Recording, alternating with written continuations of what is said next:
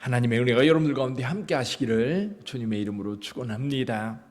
지금 고린도전서를 우리가 읽고 있는데요. 지금 핵심 논제가 있어요. 그게 뭐냐면 교회 안에 분쟁이 있다라는 거예요. 그거에 대한 말씀을 계속하고 있는 겁니다. 어떤 분쟁이 있습니까? 나는 아볼로에게 속했다. 나는 바울에게 속했다. 나는 게바에게 속했다. 나는 그리스도에게 속했다. 자, 그 내용을 쭉 추정해 보면 이렇습니다. 사도 바울이 제일 먼저 거기 가서 교회를 개척했습니다. 개척하면서 1년 반 동안 열심히 전도를 해서 고린도 교회가 탄생했습니다. 그리고 바울이 고린도를 떠납니다. 떠났을 때에 에베소로부터 한 사람이 오는데 그 에베소로부터 온 사람이 누구냐면 아볼로라고 하는 사람이에요. 근데 바울과 아볼로는 좀 달라요.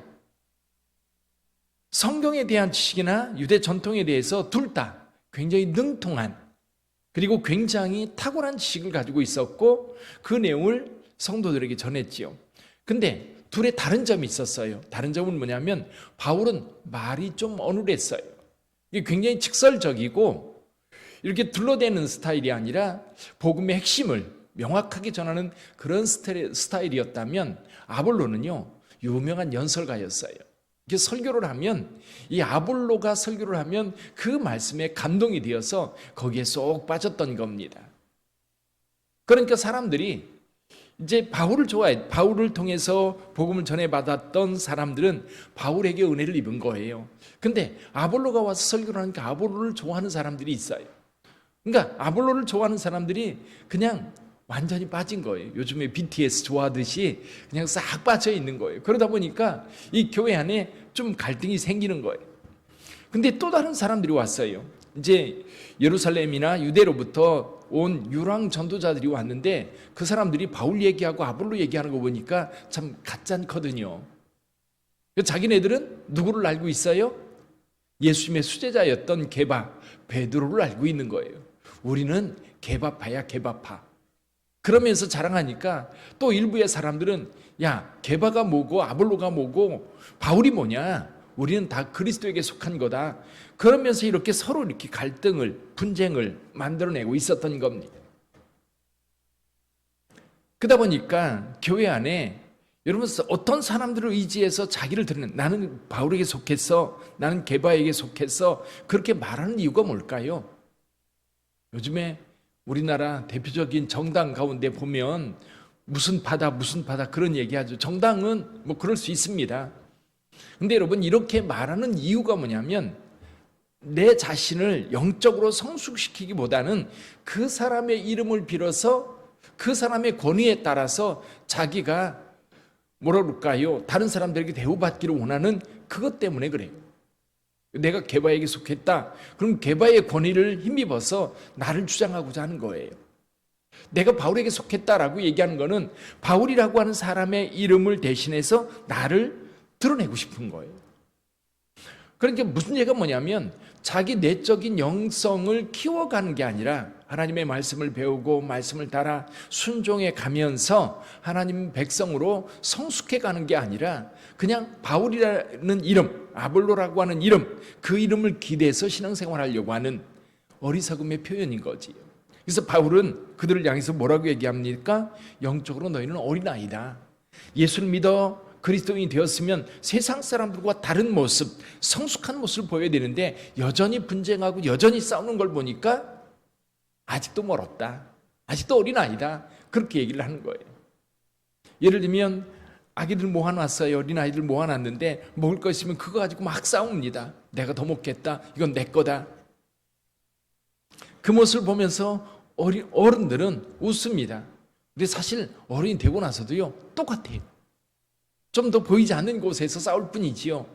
근데 여러분, 사도 바울이 얘기하는 거는 그거예요.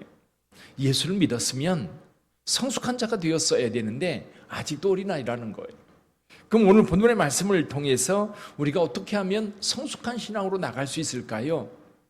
어떻게 결단하고 어떻게 행동해야 우리는 성숙한 그리스도인으로 나갈 수 있을까요?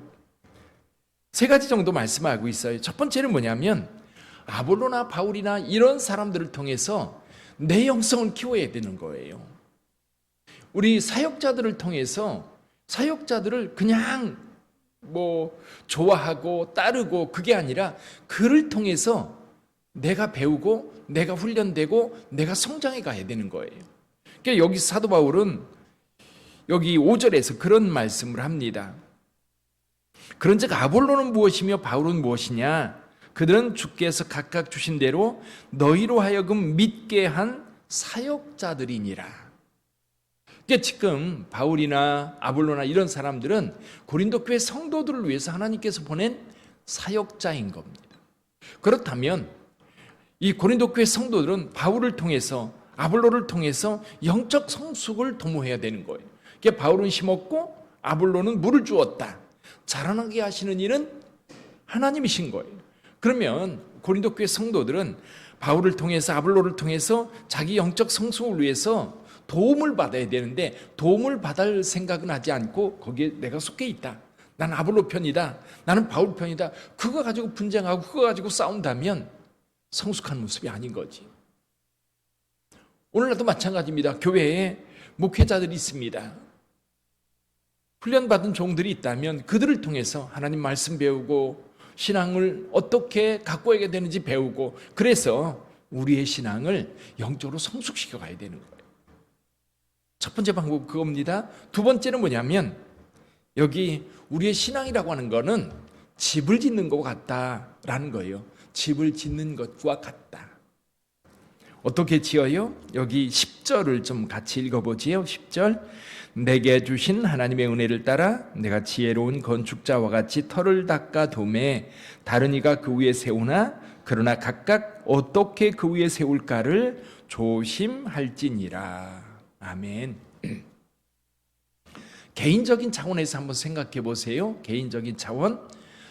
여러분 제가 예수를 믿어 하나님의 자녀가 되었습니다. 그럼 하나님의 자녀로 태어났으면 그걸로 끝인가요? 우리는 성장해야 돼요. 하나님의 나라를 위해서 쓰임받아야 돼요. 우리 육신적으로도 아이가 태어나면 아이는 아무것도 할 수 없어요. 그러나 엄마 아빠의 돌봄을 받아서 자랍니다. 학교에 가서 배웁니다. 훈련받으며 성장해 가요. 20대가 되면 군대도 가고 취직도 합니다. 그러면 우리 어른들이 볼 때에 이 어린아이가 아무것도 할 수 없던 아이가 점점 자라서 다른 사람들을 위해서 뭔가 하고 또 자기를 위해서 직장 생활을 통해서 밥벌이하고 생활할 수 있고 가족을 돌볼 수 있는 그런 능력이 있다면 어른이 됐다고 얘기를 합니다. 근데 그런 걸 못하고 자기 혼자 살아가지도 못하면 늘 부모님의 도움을 받으면서 30대, 40대, 50대를 살아간다면 어른이라고 할 수 없어요. 뭔가 문제가 심각한 거예요. 신앙도 마찬가지예요. 신앙도 우리의 신앙이 성숙해져서 이 신앙으로 주변에 있는 사람들을 도와줄 뿐만 아니라 하나님의 나라를 위해서 내가 쓰임받을 수 있어야 돼요. 그럼 쓰임받을 수 있도록 내가 훈련되어져야 되고 준비되어져야 하는 겁니다. 그러면 이 신앙생활을 사도 바울은 집 짓는 것에 비유를 하고 있어요. 집 짓는 것. 여기 6가지 재료로 집을 짓습니다. 금이나 은이나 보석으로 집을 짓는 사람이 있고 나무나 풀이나 짚으로 집을 짓는 사람이 있습니다. 자, 여기서 나타나는 게 뭐냐면 금이나 은이나 보석으로 짓는 집은 가볍게 쉽게 짓는 집이 아니에요.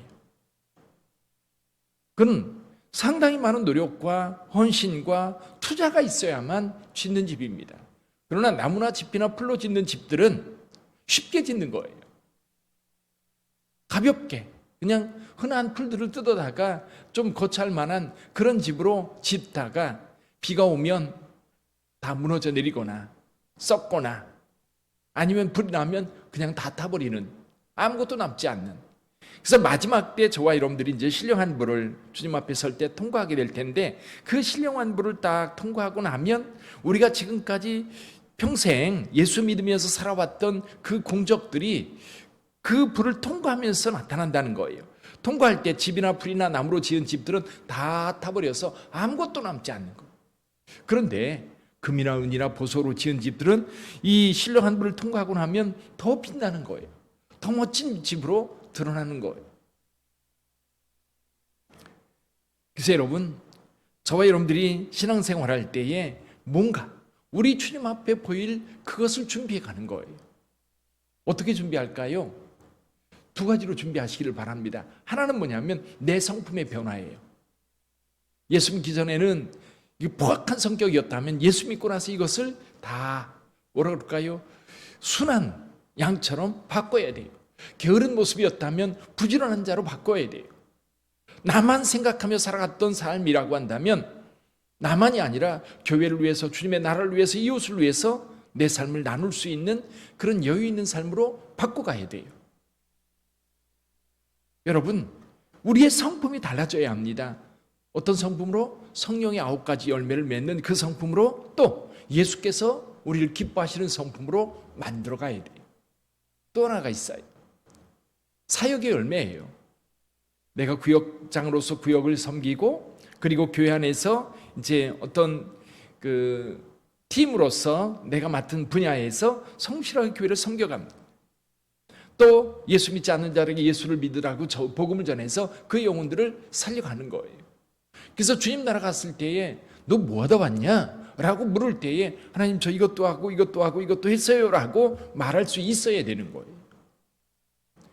물론 내가 한 걸 가지고서 천국 가는 건 아닙니다. 내가 예수를 분명하게 믿는 믿음을 가지고 천국에 가지만 천국에 가서 받을 상급은 오늘 우리가 이 땅에서 어떻게 했느냐, 어떻게 섬겼느냐에 따라서 상급은 달라질 거. 상 받는 삶이 되어야 됩니다. 자, 이런 거지요. 주님의 몸된 교회 건축을 하고 있는데 넌 그때 뭐 했느냐라고 물을 거예요. 우리가 아무것도 못했습니다.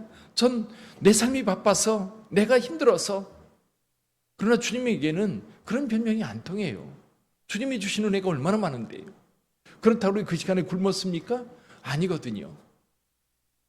우리 주님께서 주님을 섬길 기회가 있을 때 기꺼이 즐거운 마음으로 주님을 섬기고 주님의 영광을 위해서 헌신할 때, 그것이 바로 우리가 집을 짓는 것과 같다라는 거예요.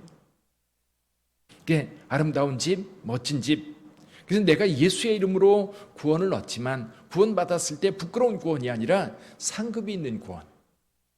물론 하나님의 나라 들어가는 것만으로도 우리에게는 너무너무 귀하고 너무 큰 축복이지만, 또 들어갔을 때에 많은 사람들이 여러분 하나님께로부터 큰 상을 받는데 나만 뒤에 뻘쭘하게 서 있다면 그 참 그렇죠. 상이 있는 삶이 되어야 된다는 겁니다. 자, 그러려면 우리가 이 땅에서 하나님께서 주신 이 일들을 위해서 헌신해야 돼요. 근데 또 한 가지가 있어요. 여기 그 16절, 17절에 보면 이렇게 말씀합니다. 너희는 너희가 하나님의 성전인 것과 하나님의 성령이 너희 안에 계신 것을 알지 못하느냐? 누구든지 하나님의 성전을 더럽히면 하나님이 그 사람을 멸하시리라. 하나님의 성전은 거룩하니 너희도 그러하니라. 우리가 이 땅에 살면서요, 그리스도인으로서 살아갈 때 제일 중요한 것 가운데 하나가 뭐냐면 성령이 내 안에 계시다는 거예요. 성령 하나님입니다. 성령은 그냥 친구가 아니에요. 하나님이세요. 그 성령 하나님께서 내 안에 계신다라고 하는 것, 이것을 늘 의식하고 살아야 돼요. 의식한다는 뜻은 뭐예요? 성령이 내 안에 있기 때문에 나를 조심해야 되는 거예요. 그래서 성령을 의식하면서 우리는 두 가지를 해야 됩니다. 하나는 나를 깨끗하게 해야 돼요. 성전은 거룩한 곳이에요. 성전은 거룩한 곳이고 성전은 깨끗한 곳이 되어야 돼요. 거기에 더러운 것이 들어오면 성전을 멸시하는 것이 되는 겁니다. 그래서 성전은 언제나 정결하고 언제나 거룩해야 돼요. 그래서 내가 성령이 전이라고 한다면 세상의 더러운 것들하고 접촉하면 안 돼요. 더러운 것에 묻어 살면 안 돼요. 그래서 늘 회개하고 늘 내 자신을 정결하게 만들어 가야 되는 겁니다. 또 한 가지는요, 성령의 음성을 따라 살아가야 돼요. 성령의 음성을 따라.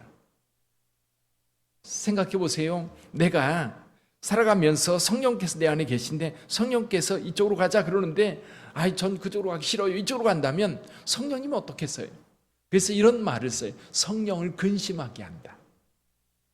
성령님은 내 안에 거하면서 내 삶을 보면서 기뻐해야 되는데 기뻐하는 게 아니라 걱정, 의심이 되는 거예요. 염려가 되는 거예요. 여러분, 여기서 말하는 이 성숙한 신앙으로 나간다는 게 뭐냐면 내 영역을 하나님의 뜻에 점점 맞춰가는 거예요. 점점 맞춰가는 것. 자, 어린아이를 키우다 보면요, 어린아이들은 그렇습니다. 어린아이들은 오직 자기밖에 없어요. 불편하면 울고요, 배고프면 울고요, 아프면 울고요, 뭐 싸면 울고요, 그거밖에 없어요. 자, 우리 아이들이 그러면서 점점 자라면서 이 아이는 이제 부모님의 말에 귀를 기울여요.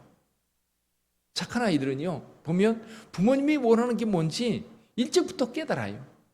부모님이 폭력을 써서 아이를 그렇게 만들어서가 아니라 아이들의 마음속에도요, 그런 아이들이 있어요. 사랑받는 아이들이 있어요. 그럼 저와 여러분들이 신앙생활할 때 성숙한 신앙이라는 것은 처음에는 뭔지 잘 몰라요. 예수님이 뭔지, 또 성령님이 뭔지, 성령이 내 안에 거하는지도 잘 모르고 살아가는데, 점점 신앙생활 하다 보니까 성령께서 내 안에서 말씀하고 계시고 나를 선한 길, 의로운 길, 또 거룩한 길로 늘 이끌려고 한다는 사실을 깨닫기 시작합니다. 근데 어떤 사람들은 그 성령의 음성에 귀를 기울여서 점점 더 내 삶을 거룩한 삶으로, 내 삶을 점점 더 주님이 기뻐하는 삶으로 만들어가는 반면, 어떤 사람은 아예 무시하고 내 멋대로 살아가요. 그러니까 성품이 안 바뀌어요. 그러니까 나를 통해서 하나님의 일이 이루어지지 않아요. 교회 가면 교회 문제만 만들어요. 오늘 여기 고린도 교회 성도들처럼 오히려 성령에 순종해서 따라가면, 성령에 순종하면 교회 안에서 화합하고 교회를 섬기고 교회에 기쁨을 주는 그런 삶이 될 텐데, 그게 아니니까 분쟁만 만들어지는 거예요. 자, 오늘 성숙한 신앙인의 삶을 살려면 어떻게 되는가? 첫째로 사역자들의 도움을 받아 영적 성숙을 도모해라. 두 번째, 우리의 삶은 상 받는 삶이 되어야 된다. 그래서 그냥 대충 신앙생활하는 게 아니라 정말 주님이 기뻐하는 것을 통해서, 주님이 이것을 통해서 상 주실 것을 기대하고 살아야 된다. 또 내 안에 성령이 전이라고 한다면, 내 안에 성령께서 거하신다고 한다면 우리는 나를 거룩하게 보존할 뿐만 아니라 성령의 음성에 순종해 가야 되는 거예요. 어제도 설교했던 것처럼 여러분, 이 내 안에서 음성이, 하나님의 말씀이 들려질 때, 하나님의 음성이 들려질 때, 하나님의 이끄심이 느껴질 때에 그냥 외면하고 핑계대고 거기에서 벗어나면 아무 일도 벌어지지 않아요. 근데 니고데모처럼 뭔가 자기를 끄는 힘이 있을 때, 또 예수께서 하나님께로부터 온 자라고 하는 그런 느낌이 생겼을 때에 그는 기꺼이 예수님을 찾아갔던 것처럼 내 발걸음을 성령의 음성을 따라 움직이면 내 삶이 변해요. 달라져요. 오늘 하루도 그렇게 사시기를 바랍니다. 오늘 하루, 오늘 기도할 때 뭘 결단하시겠습니까? 하나님, 저 오늘은 성령의 음성을 따라 살게요. 하나님, 오늘은 말씀 따라, 오늘 새벽에 말씀도 있고 또 저녁 기도 제목도 올라오는데 그 말씀 한 번 더 보고 묵상하면서 말씀대로 살겠습니다. 이건 주의 종을 통해서 여러분들에게 성장의 걸음을 주는 거거든요. 그렇죠? 말씀을 선포하고 말씀을 여러분들에게 주신다면 여러분 주의 종의 도움을 받아서 그 말씀으로 여러분을 키워가는 거지. 그러면 여러분들이 오늘 또 한 단계 더 주님의 모습을 닮아가는 모습으로 성장할 수 있기를 주님의 이름으로 축원합니다. 기도하겠습니다.